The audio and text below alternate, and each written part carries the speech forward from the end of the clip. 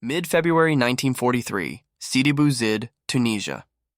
In the middle of the desert, a captured American M4A1 Sherman tank rolled to a stop, its white star still faintly visible under a freshly painted German cross.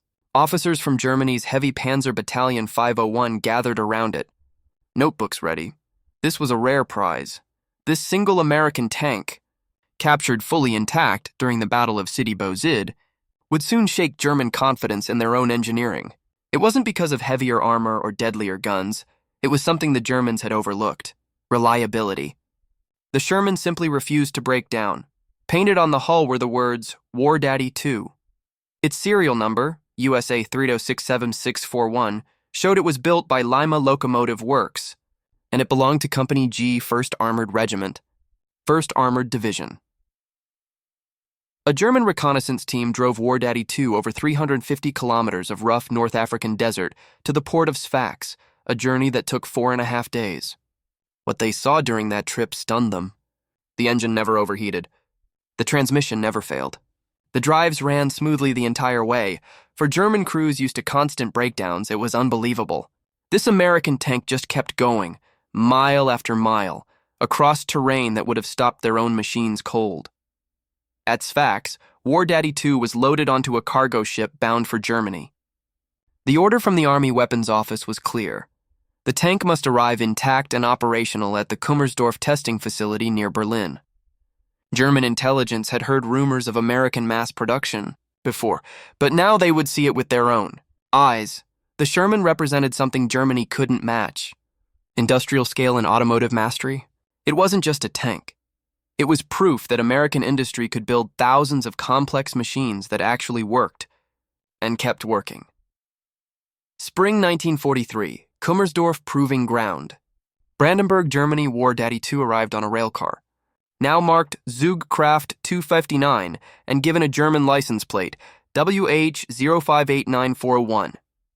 Engineers stenciled armor thickness and angle markings all over its surface, preparing for a full examination.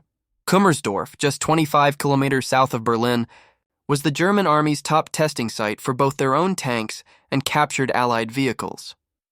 Here, teams of meticulous engineers would test everything: track tension, transmission efficiency, engine reliability, every bolt and bearing.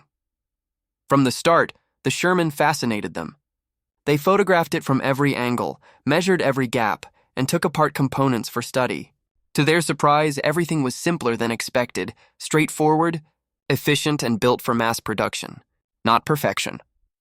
One part immediately stood out: the transmission. German tanks used straight-cut gears that needed extreme precision and constant maintenance.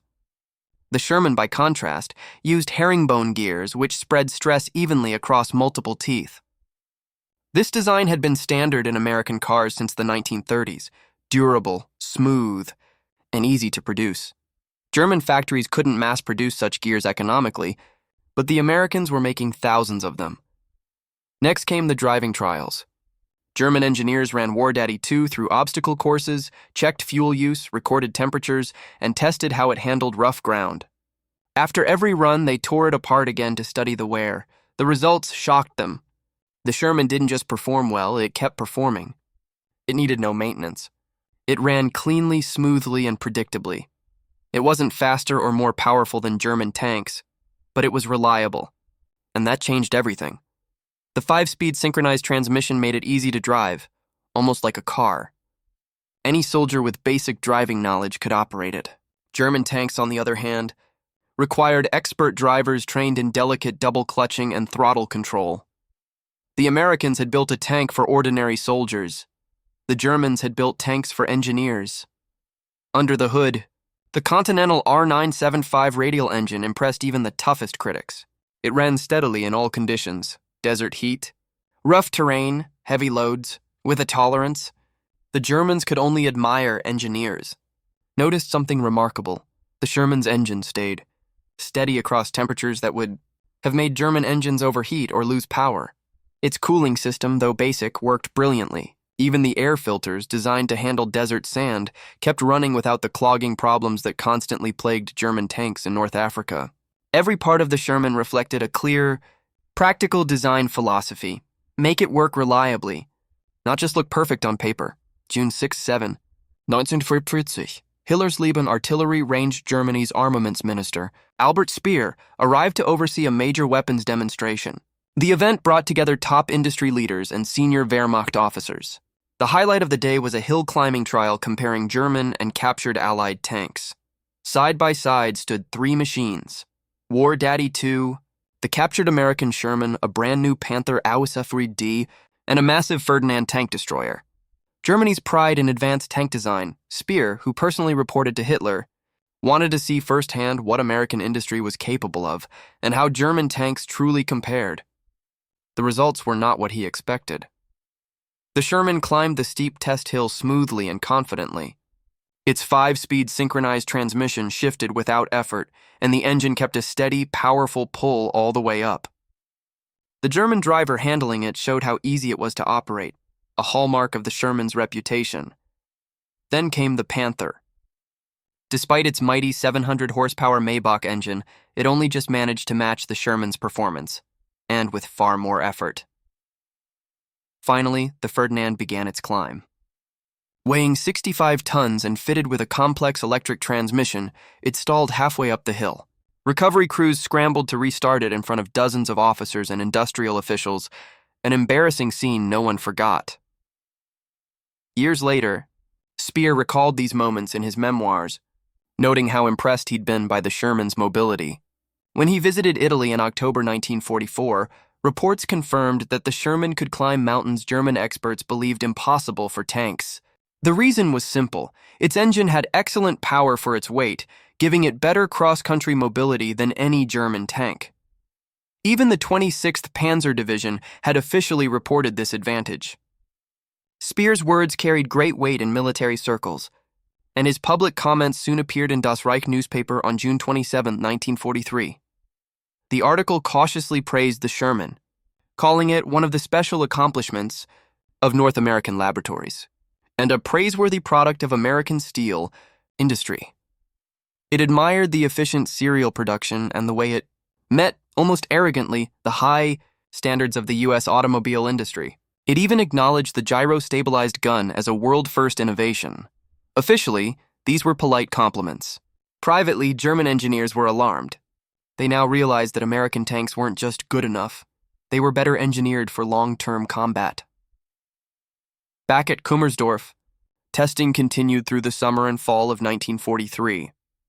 Engineers pushed the Sherman to its limits, running it over 2,000 kilometers before it needed major maintenance, nearly 4 times farther than early Panthers could manage. They found the Sherman's transmission efficiency was higher than any German tank, losing far less power through the drivetrain. The synchronized gearbox made shifting smooth and simple, no double clutching, no tricky rev matching, just easy, reliable driving. Then came another surprise: the final drives. German Panthers used a design inherited from the Tiger, with straight-cut gears that couldn't handle heavy loads. These often failed after less than 100 km in the field, leaving tanks stranded. The Sherman, however, used herringbone gears, the same durable design as its transmission. These rarely failed, even in brutal combat. Decades later, restorers found Sherman final drives still in perfect working condition, a lasting testament to how overbuilt and reliable they were. By late 1943, Kummersdorf's engineers had gathered enough data for a full internal report. The conclusions, shared among Wehrmacht and Armaments Ministry officials, were sobering. The Sherman proved that American automotive engineering was far ahead of Germany's. While Germany focused on precision and theory, America mastered practical performance. American factories used wide tolerances that German engineers would have called sloppy, yet their tanks worked better in the field. Interchangeable parts meant Shermans could be repaired anywhere with basic tools. German tanks, by contrast, needed factory-level precision and expert mechanics. The entire U.S. approach centered on keeping tanks running, not chasing technical perfection that broke down under real combat conditions. German engineers realized that America's advantage wasn't just in numbers, it was in experience. The U.S. had decades of civilian car production behind it, while Germany never had such a large-scale automotive culture. Before the war, millions of Americans owned cars. In Germany, cars were luxury items for the rich or party officials. The much-publicized Volkswagen project, promised since 1934, had produced fewer than 1,000 cars by 1939. That difference, a nation of drivers versus a nation of designers, shaped how each side built its tanks. And in that contrast, the Sherman's reliability told the whole story. American tanks were built so that ordinary mechanics, people with basic car repair experience, could maintain them using the skills they already had. German tanks, on the other hand, demanded specialist crews with years of technical training and constant expert attention just to stay running. By late 1943 and early 1944, the difference in reliability between American and German tanks had become impossible to ignore.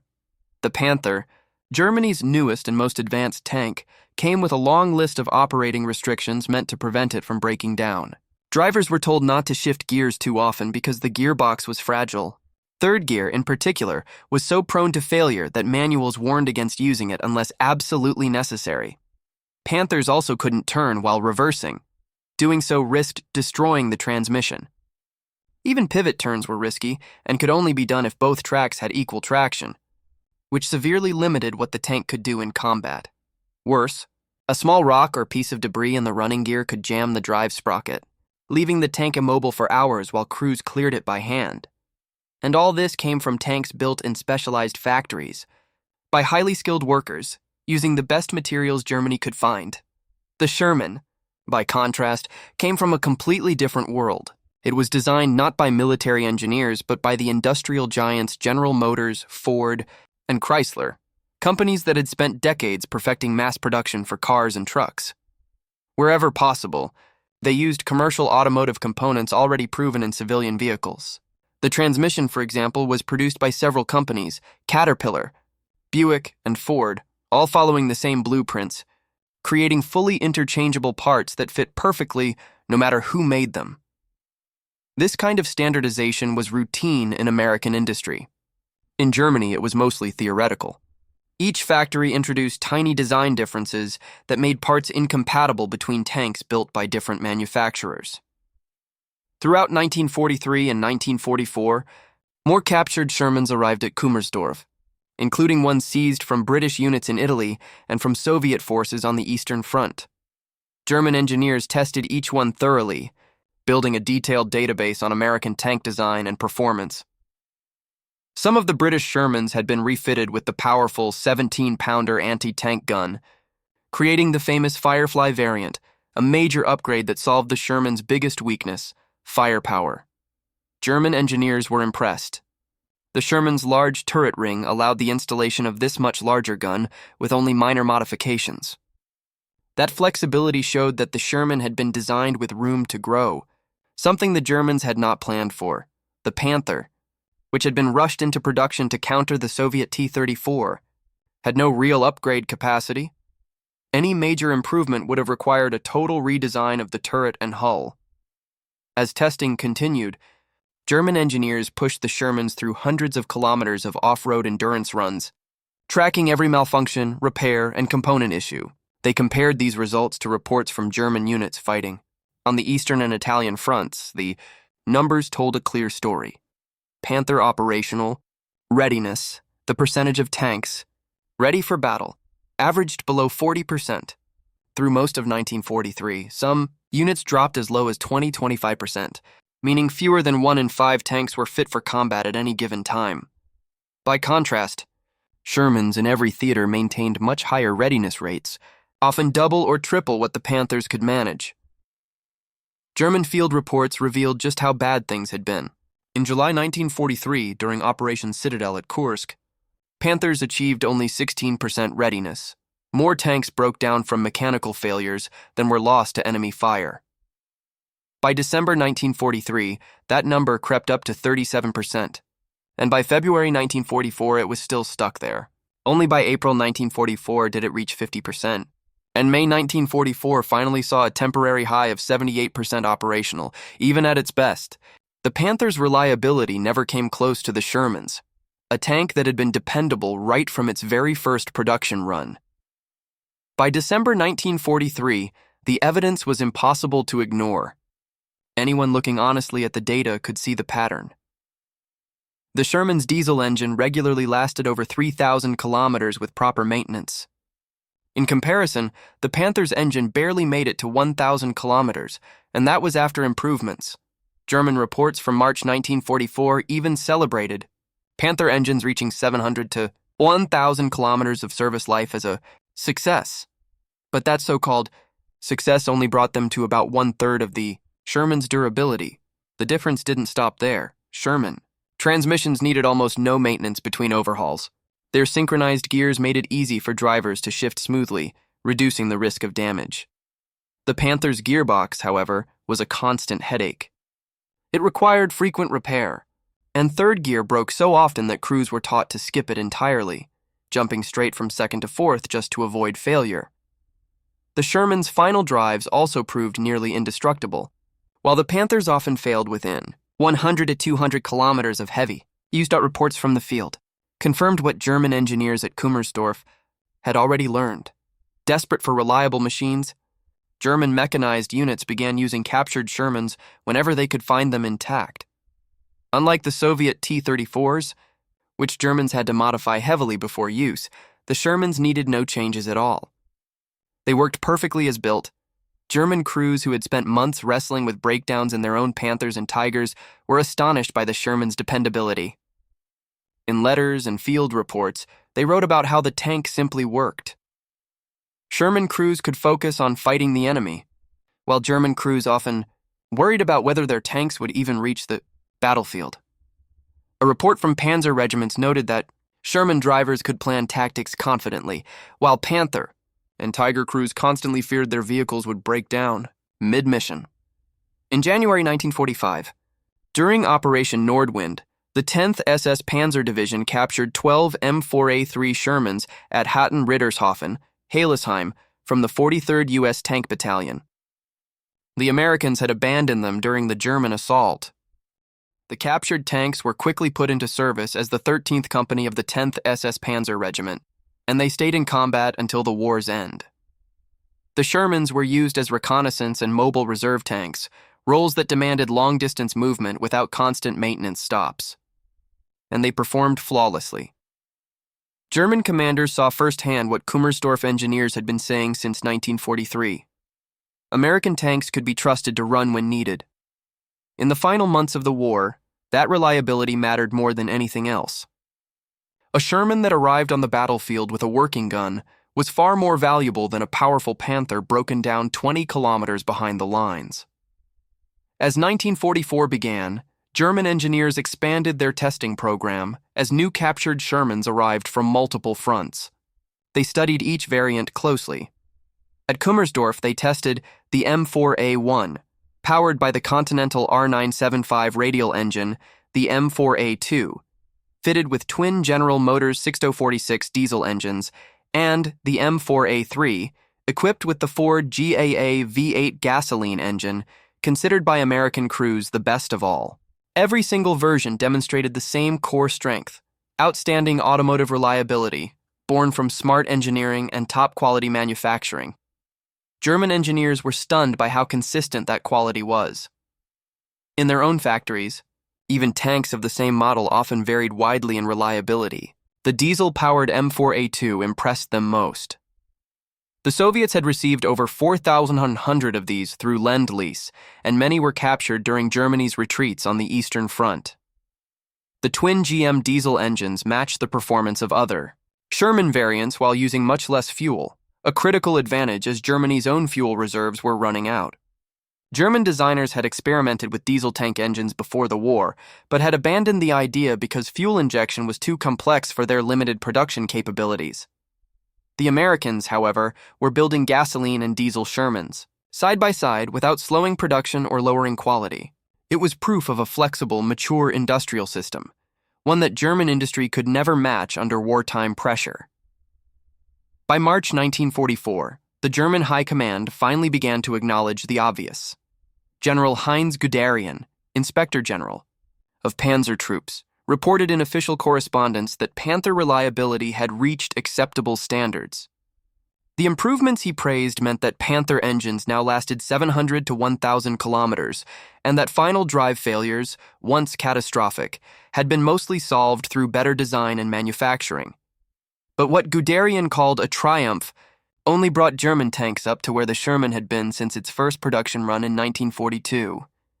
In truth, the German army was celebrating a milestone the Americans had surpassed from day one. It was a quiet admission that German tank development had fallen far behind. That gap only grew as Allied strategic bombing targeted the heart of German industry. Factories producing Panther and Tiger components were systematically struck, crippling output. On the night of April 27-28, 1944, 322 Royal Air Force bombers attacked the Maybach engine plant in Friedrichshafen, along with the nearby ZF gearbox factory. According to records from the Imperial War Museum, it was the single most damaging air raid on German tank production during the entire war. The results were devastating. Engine and transmission production stopped completely for 6 months. When operations finally resumed in November 1944, quality had collapsed. By then, German factories were running on slave labor, as skilled workers had been drafted into the army. The sabotage that followed was subtle but deadly. Cigarette filters jammed into oil passages, gaskets installed backward, and tight tolerances ignored. Panthers and Tigers left the factory already doomed to fail. Sherman production, on the other hand, continued safely across the Atlantic, in modern plants, untouched by bombing, staffed by motivated workers earning fair wages under safe conditions. The real difference between the two nations wasn't knowledge, it was industrial philosophy. German engineers understood tank mechanics as well as any American, but they never built with mass production or field reliability in mind. Instead, they pursued impressive specifications, thick armor, massive guns, high performance, while neglecting the mechanical systems that had to support all that weight. The Panther's powerful 75mm KWK-42 gun and heavy frontal armor came at the cost of an overworked engine and drivetrain struggling to move 45 tons of steel. The Tiger, even more formidable, required constant maintenance and expert crews just to keep running. These trade-offs might have been manageable if Germany could produce tanks and spare parts in large numbers, but by 1944, it simply couldn't. Across the ocean, American engineers, trained by decades of automotive mass production, approached tank design differently. They built the M4 Sherman to be produced by the tens of thousands and maintained by mechanics with basic tools and minimal training. The Sherman's powertrain used commercially proven components borrowed straight from the auto industry.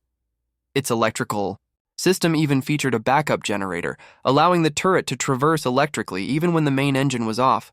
A small touch that German designers saw as an unnecessary luxury, but in battle, it was often a lifesaver. German tankers could only dream of such conveniences. Many of them had learned the hard way what happened when their turret traverse failed because the engine had stalled halfway up a slope. That simple problem, something Sherman crews barely thought about, could turn a Panther into a sitting target. These kinds of user-friendly features never appeared in German design manuals. To their engineers, armor thickness and gun power always came first. Reliability, ease of use, those were secondary, almost trivial concerns. By the spring of 1944, German reports from every front carried the same warning: mechanical failures were spreading fast, manufacturing quality was falling, spare parts were scarce and field workshops were overwhelmed. The mighty Panther, the pride of German armor, had become a fragile machine. Its final drives couldn't even survive road marches beyond 100 kilometers, forcing commanders to transport their tanks by rail just to keep them running. Orders from the front were blunt. Move only when absolutely necessary. A tank to break down before reaching the battlefield had become a daily reality. Even the Berge Panther, the recovery vehicle, designed to tow disabled Panthers, shared the same mechanical weaknesses. Was not uncommon for the rescuer to break down beside the tank it was supposed to save. The statistics were devastating. By 1944, some Panzer units reported that up to 70% of their tank losses came not from Allied guns, but from mechanical failure. Meanwhile, on the other side of the world, American factories were doing what Germany never could, producing tanks faster than anyone could destroy them. The United States built 49,324 Sherman tanks, more than all German tank types combined. Thousands went to British Commonwealth forces through Lend-Lease. Over 4,000 diesel Shermans rolled east to the Soviet Union, where they proved far more reliable than many Soviet-made machines. Even in the jungles of Burma, Chinese forces used Shermans to crush Japanese armor that was hopelessly outclassed. Everywhere the Sherman fought, it carried the same reputation. It just worked. German crews who captured Shermans and used them in combat said so themselves. They wrote home about how easily they started, how smoothly they ran, how simple they were to fix. Reports from the Eastern Front tell remarkable stories. German mechanics who had once dreaded the intricate Maybach engines were amazed by the Sherman's Chrysler A57 multibank engine, 5 car engines bolted together into one. To them, it seemed complex on paper, but in practice, it was easier to maintain than their own engines, which required constant adjustment of valves, timing, and carburetors. The Ford GIA V8, America's powerhouse, earned universal praise from Allied crews, but German mechanics admired it too. They called it remarkably dependable, a word rarely used in their own reports. Even the General Motors twin diesel engine, which the U.S. Army had considered inferior and reserved for Lend-Lease, performed better than any diesel engine Germany ever built for a tank. The Sherman's design had something the Germans rarely built in: engineering margin. Its transmission and final drive, originally designed for a 30-ton tank with 400 horsepower, could handle the 42-ton M4A3E2 jumbo assault tank with no changes at all. Those same components even survived 650 horsepower. Experimental engines without braking. German engineers would have called that wasteful, unnecessary overbuilding that used too much steel. American engineers called it insurance, room to grow, and room to survive. That difference in thinking defined the outcome of 1944. By summer, as Allied forces stormed the beaches of Normandy, German panzer commanders already knew the truth. Their technical disadvantage went far beyond gun calibers or armor plates. They were losing because their tanks couldn't stay in the fight. American armor kept moving, attacking, regrouping, and pushing forward, while German divisions paused constantly for repairs and refits. Every kilometer they drove brought them closer to another mechanical failure. Sherman battalions could fight today, refuel tonight, and attack again tomorrow. Panzer divisions had to calculate how many tanks might break down before the battle even began, and the final proof came from the Germans themselves. When Otto Skorzeny 150th Panzer Brigade prepared for the Battle of the Bulge in December 1944, they searched desperately for captured American vehicles to disguise their infiltration. Their first choice wasn't the Tiger or even the Panther, it was the Sherman, because even the enemy knew the American tank could be trusted to run. The 150th Panzer Brigade had hoped to use captured Shermans for their secret operation during the Battle of the Bulge, but in the end, they got only 2, and just one of them actually worked well enough to move. Even that single Sherman never reached the fight. Massive traffic jams clogged every road, stopping the infiltration before it began. Ironically, this mission, which demanded vehicles that could run for hours behind enemy lines without breaking down, could only have succeeded with American machines. German tanks, even when freshly serviced, simply couldn't be trusted for that kind of endurance. Then came January 23, 1945, the day Germany officially admitted its automotive failure. At a meeting of the Panzer Commission, engineers submitted a devastating report. Catastrophic final drive failures were happening across every German tank type. The numbers were shocking. Before the 1945 Eastern Offensive, there were 500 defective final drives in Panzer IVs, 370 in Panthers, and around 100 in Tigers. Even the Hetzer tank destroyer, built on the lighter Czech 38-ton chassis, had nearly 200 failures. General Wolfgang Thomall, chief of staff under Guderian, summarized the situation bluntly. Under these conditions, orderly use of tanks is simply impossible. Crews had lost faith in their machines. Some abandoned their tanks the moment a final drive problem appeared, afraid they'd be stranded and captured if they tried to push forward. The mighty German tanks, once built to inspire fear with their thick armor and powerful guns, had failed in the most basic way imaginable. They couldn't stay running long enough to fight. At Kummersdorf, engineers prepared to evacuate as Soviet forces closed in on Berlin.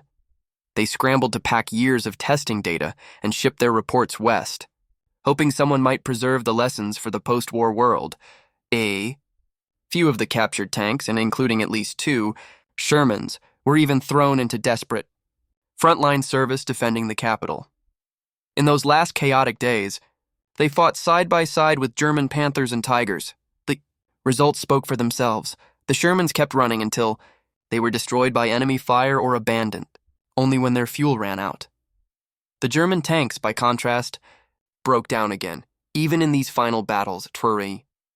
Crews who thought they'd seen every failure were still shocked by how fast their machines gave out.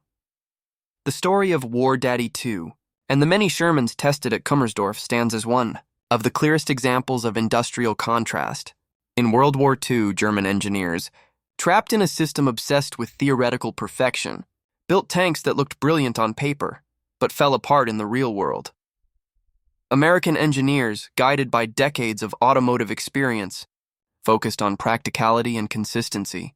Their tanks weren't flashy or over-engineered, but they worked, again and again wherever the fight took them. In war, that's what truly matters. The weapon that functions when you need it most will always beat the one that might work, if it ever makes it to the battlefield. After the war, American and British intelligence teams confirmed what the Germans at Kummersdorf already knew. Their inspections of destroyed German tanks told the same story. Just as many machines were lost to mechanical failure as to enemy fire. Final, drives shattered under stress, transmissions seized from poor, lubrication engines burned out from overheating or oil, starvation, Germany's obsession with individual tank superiority, with making each machine a masterpiece, had blinded them to a simple truth. Reliability wins wars. The Germans built tanks so complicated that ordinary mechanics couldn't keep them running without special training. Their engines needed constant care from expert technicians, and their supply system couldn't handle the endless variety of parts needed to keep all those different tank models working. The testing done at Kummersdorf taught the Germans some painful but valuable lessons. Lessons that would shape their post-war tank designs in West Germany. When the new Federal Republic began developing the Leopard 1 in the 1950s, designers decided to focus on reliability and easy maintenance, not just fancy performance stats. They studied American automotive engineering and applied those principles directly to military tanks. The result was a design that borrowed much from what made the Sherman so successful: a strong, dependable powertrain, easy field repairs using simple tools, standardized parts, and room to upgrade without having to rebuild the whole tank from scratch. The Leopard 1 went on to become one of the most successful tanks of the Cold War, serving in many armies and staying in production for decades. The Shermans tested at Kummersdorf, including the famous War Daddy II, with its name still painted on the hull, were more than just captured enemy tanks. They were proof that practical engineering and industrial maturity mattered, far more than chasing theoretical perfection. German designers believed that building technically superior tanks could offset their material and numerical disadvantages, but they were wrong. The Americans focused on building tanks that were reliable, easy to fix and ready to fight, and that approach won the war. The gap in reliability between the Sherman and German tanks didn't just affect battles.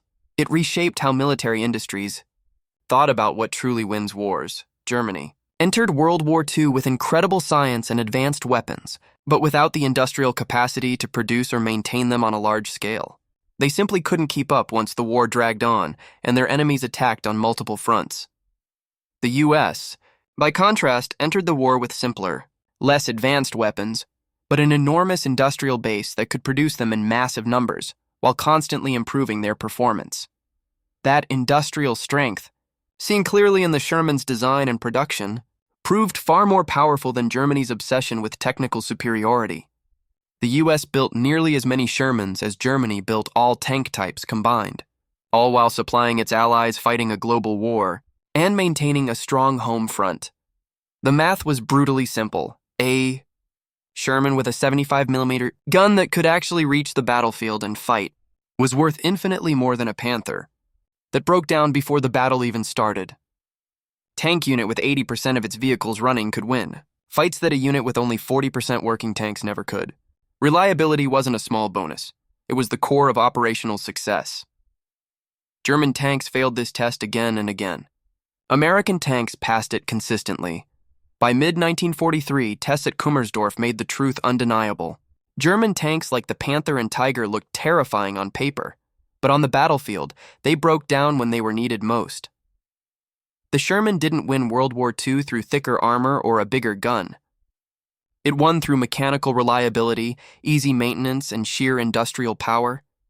German engineers at Kummersdorf saw this for themselves. They wrote detailed reports proving it. They tested it over and over with scientific accuracy. They understood why the Sherman worked, but they couldn't fix their own problems. Germany's industry simply didn't have the capacity to redesign tanks around reliability while fighting a losing war on every front. America, on the other hand, had already built reliability into its civilian automotive industry and just scaled that up for war. That single captured Sherman, War Daddy 2, told the whole story. Every kilometer it ran without breaking down was proof that German engineers had taken the wrong path, chasing perfection instead of practicality. Every test showed that American industry had mastered the balance between technology and reliability. Every comparison between Sherman and German tanks showed that America had solved problems Germany didn't even realize existed. War Daddy 2 wasn't a special tank. It was one of nearly 49,000 built. But what it represented was devastating for Germany, proof that they had already lost the industrial war even before the fighting ended. No matter how advanced their designs looked on paper, Germany could never match American reliability, production, or power.